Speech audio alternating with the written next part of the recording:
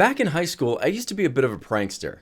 I don't really pull a lot of pranks anymore, but back then, I used to enjoy it a lot. There was this one day that I actually got on camera where my brother was going and getting firewood from outside, so I went and took a screwdriver and I undid the door handle. Here, take a look. Okay, here he comes. Here he comes. Here he comes. Okay, he's coming. He's coming. He's coming. Boom! Oh, that was awesome! So there was this guy back in high school named Kyle. He was this redneck type guy. He was a bit of a bully, and I never really was fond of this guy. This dude was a bit of a prick back then, and I don't even know what he's like now, but back then he sucked. Well, he drove this El Camino around, and he would drive it to school, and he would always talk about how he had the best car in the parking lot. And don't get me wrong, it was a nice car, but he would not shut up about it. Every time he would talk about it, my friends and I would just roll our eyes. Like, this guy was really annoying, and he was a bully, like I was talking about, but he was like one of those 15-year-old mentality bullies. He'd always have a really stupid insult like, "Hey Barry, you probably like men, huh? Yeah." And then his friends would laugh, he'd give him high fives, and that was honestly the extent of his intelligence. So this one year, it's junior year, and the year had ended, and I noticed that Kyle had put his phone number in my yearbook, which I thought was weird, but it's just kind of a thing you do, so I guess whatever. Well, I'm sitting there reading through my yearbook, and my buddy Eric looks at Kyle's number, and he goes, "Hey, you know what? We ought to prank that guy." And I'm sitting there like, okay, well, what do you have in mind? He's like, "Okay, so how about this? Call him over and over again and put on an accent so he doesn't recognize your voice, and see if you can get him to sell his El Camino to you." So I get on the phone, and I did this.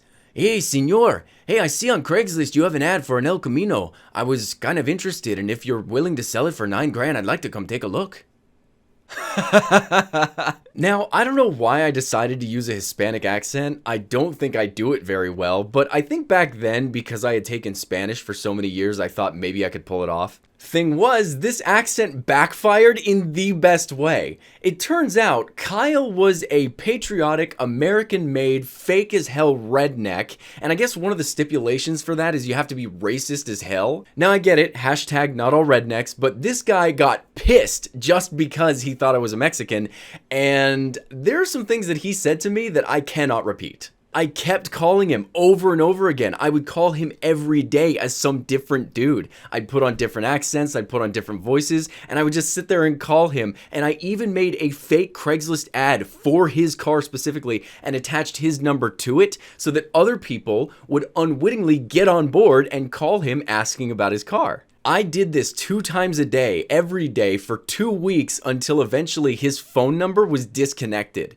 So this guy had enough, and he actually changed cell phone numbers because of this prank. After that happened and I couldn't call him anymore, I got bored and I just totally forgot about the entire thing until senior year, the next year. We get back to school and I realized that Kyle isn't driving his El Camino anymore. I was like, "Hey man, where's your car?" And this is what he shared with me. He said, "Over the summer, someone made a fake Craigslist ad for my car, and people kept calling me over and over again. So I called the police and had the ad taken down. I changed my phone number, and then I realized that there were a lot of people who really wanted my car.